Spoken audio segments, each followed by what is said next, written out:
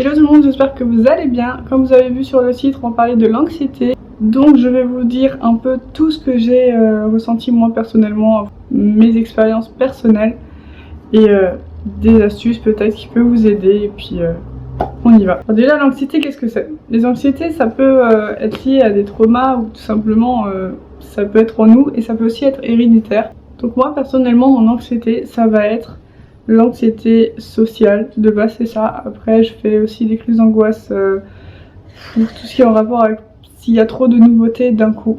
Personnellement moi l'anxiété ça a commencé quand j'ai commencé à travailler, j'en avais pas spécialement à l'école, ou alors je sais pas, ça s'était pas déclenché, entre guillemets. Et en fait tout est revenu, tout ce qui s'était passé à l'école, machin, j'ai eu du harcèlement, etc. Donc tout est revenu d'un coup. Donc je faisais un peu pas des crises d'angoisse, mais si, enfin, il y a plusieurs types de crises d'angoisse déjà. Ça va être des crises d'angoisse qui ne vont pas forcément se voir, donc on va être intérieurement angoissé, on va sentir notre cœur, on va avoir la petite boule au ventre. Et sinon il y a les crises d'angoisse qui se voient énormément, que j'ai eu une d'ailleurs il n'y a pas si longtemps que ça, avec tout ce qui se passe entre ma blessure du genou et tout plein d'autres trucs. Alors c'est pas terrible, hein, mais ça reste des nouvelles choses qui fait que je suis... ça m'angoisse. Les crises d'angoisse qui se voient, donc ça va être des crises d'angoisse. Personnellement, ce que j'ai eu, moi, c'était une lampe pâteuse. C'était le fait que ma gorge était complètement contractée, je dirais. Et du coup, j'avais l'impression qu'il n'y avait plus rien qui passait vraiment.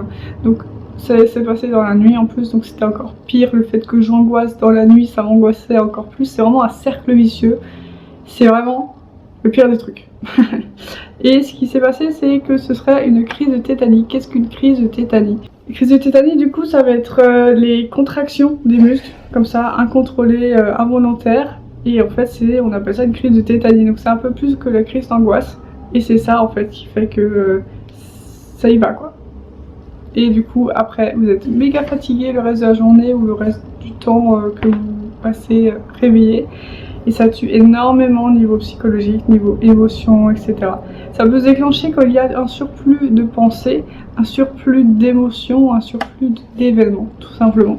Il faut attendre que ça passe pour que ça aille mieux. Il y a des astuces personnellement que j'ai testées. Alors respiration, machin, faut essayer, chacun a son truc à lui et chacun a son truc qui lui fait du bien. Parce que moi j'ai essayé la respiration, ça allait, mais c'est pas le truc qui va me faire arrêter la crise, quoi. Et je suis pas sûre qu'on puisse arrêter une crise comme ça. Je pense qu'il faut vraiment laisser passer. Des glaçons ou quelque chose de très froid à mettre sur nous d'un coup.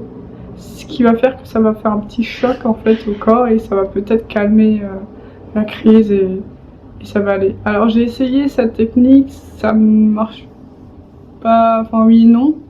Ça dépend en fait je pense du degré de la crise. J'ai essayé dernièrement de faire l'inverse, de mettre du chaud, donc une bouillotte contre moi ici, avec les coussins et vraiment genre enveloppé, à prendre dans les bras comme ça. Ça m'a aidé je pense, donc il faut tester. Comme dit, il y a plein d'astuces qui fait que chacun a son truc, qui marche. À sa technique qui marche pour lui et pas forcément pour d'autres. Niveau anxiété, il y a aussi les pensées négatives ou trop penser. Les pensées négatives, ça va être déjà se dévaloriser parce qu'on va croire qu'on est moins que les autres alors que c'est pas du tout vrai. Et le fait de croire qu'on est moins, de croire des choses qui ne sont pas vraies, en fait le cerveau va accentuer ça en plus et il va vous dire que c'est vrai alors que ce n'est pas forcément vrai. Je sais pas si c'est assez clair, j'espère que j'arrive à m'exprimer. Mais le fait de se dire ah mais je suis sûre que machin il pense ça, votre cerveau il va vous confirmer ça. Je sais pas si c'est clair. En fait non, ce sont des pensées qui ne font... Il faut se dire que c'est des pensées qui sont pas vraies. C'est pas des pensées qui vont être vraies, c'est pas des pensées qui vont être la réalité en fait. Il faut prendre du recul et ça c'est énormément le truc à faire. Il faut prendre du recul et il faut se dire stop. Maintenant ça c'est pas vrai, je peux pas savoir à l'avance, il faut que je demande si j'ai une question, si j'ai l'impression qu'il y a un truc qui va pas, il faut que je demande. Et je sais que c'est aussi une étape, mais vous verrez qu'après vous allez aller beaucoup mieux. Ensuite, il y a aussi le fait de suranalyser. Alors ça c'est le truc je pense aussi phare de l'anxiété. Ça va être le fait de suranalyser les gens, de regarder comment ils vont. Et bon, on peut ressentir s'il y a un truc qui va pas, comme tout le monde je pense. C'est ça qui va nous mettre mal. Et le fait de ne pas poser la question ou quoi, ça va encore plus nous mettre mal parce qu'on va se faire des films, on va penser au pire. C'est génial. Comme j'ai dit avant, à peu près pareil, les scénarios n'est pas la réalité. Ça, il faut se dire énormément dans sa tête. Les scénarios qu'on se fait n'est pas la réalité. Ok, ça c'est très important.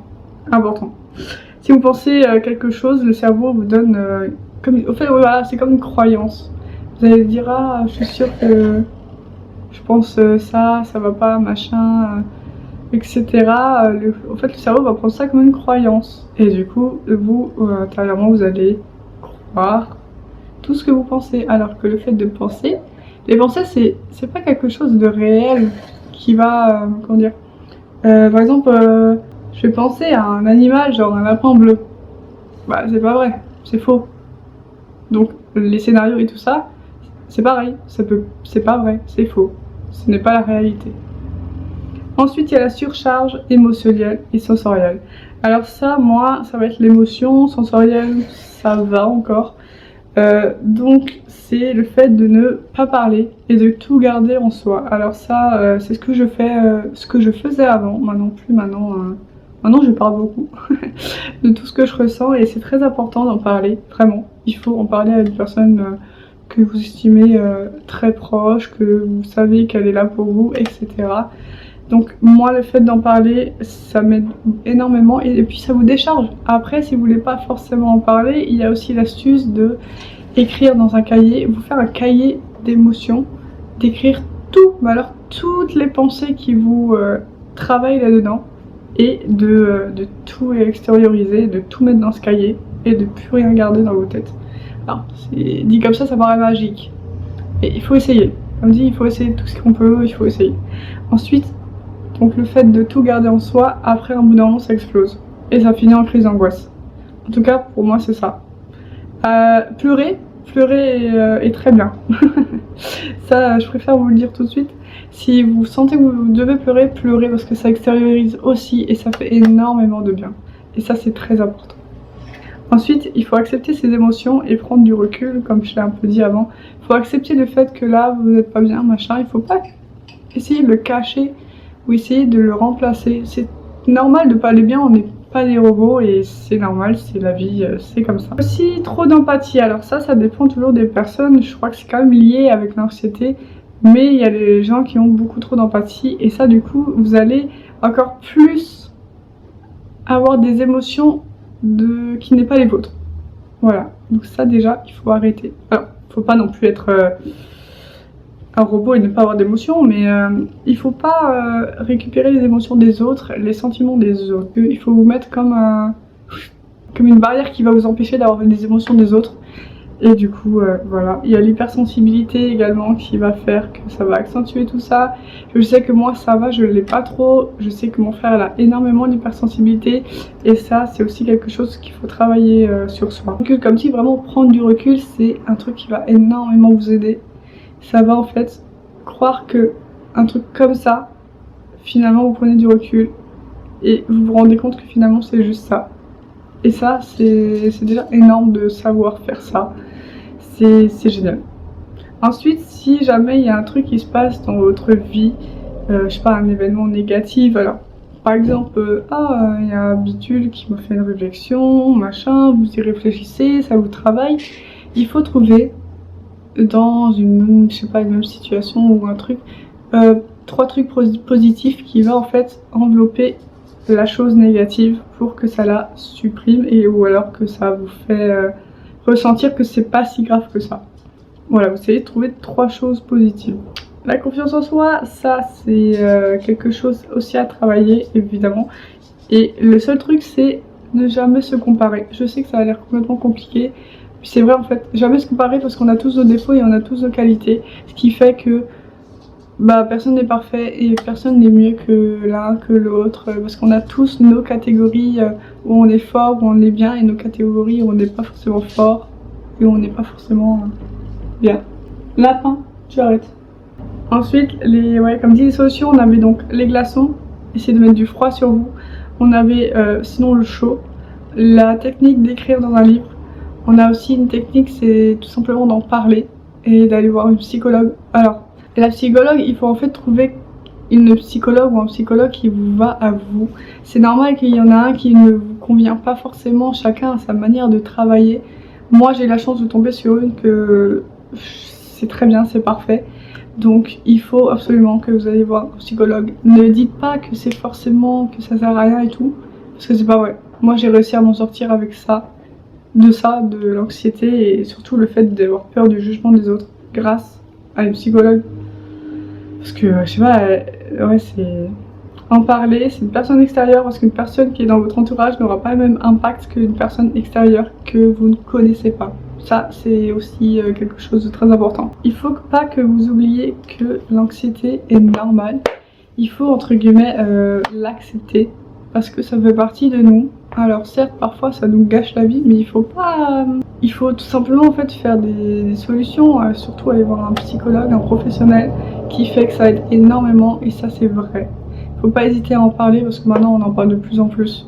Donc ça c'est cool. Je crois que c'est un peu bon. Il y aura peut-être une autre vidéo qui va sortir à propos de l'anxiété. J'espère que la vidéo vous a aidé à un peu mieux comprendre. N'hésitez pas à la remettre pour un peu mieux vous rendre compte de l'anxiété, c'est normal. Il faut prendre du recul, il faut pas... C'est super facile ce que je dis là, mais je sais que c'est compliqué à faire. Mais vraiment le fait de parler à un psychologue et de voir que c'est extérieur et que c'est normal surtout. Moi, c'est vraiment le fait que avoir de l'anxiété, c'est tout à fait normal. C'est là où je me suis rendu compte que, ok, donc je suis pas si différente des autres, j'ai juste de l'anxiété. D'autres ont autre chose. Moi, c'est l'anxiété, et puis voilà, on est comme ça fait partie de nous. C'est pas ce qui va forcément nous définir, par contre, ça faut pas l'oublier. Hein. C'est juste que, voilà, il faut travailler sur soi. Et ça, c'est comme tout, hein, faut travailler sur soi, et c'est comme ça que ça va aller mieux. Et puis voilà. Donc j'espère que ça vous a plu. En tout cas moi ça m'a fait plaisir de faire une petite vidéo sur ce sujet. Bien sûr il y en aura d'autres. N'hésitez pas à vous abonner évidemment. Commentez-moi tous vos ressentis. Et n'hésitez pas à me parler en commentaire et à me raconter un peu comment c'est pour vous. Si vous avez besoin d'aide, allez voir un psy. Mais si vous avez besoin de parler aussi, vous pouvez le mettre en commentaire, il n'y a aucun souci. Ou sur Instagram, j'ai Instagram également. Donc n'hésitez pas à vous abonner, à cliquer sur la cloche pour pas manquer les vidéos et également à mettre un petit pouce bleu, ça ferait plaisir. Allez, ciao!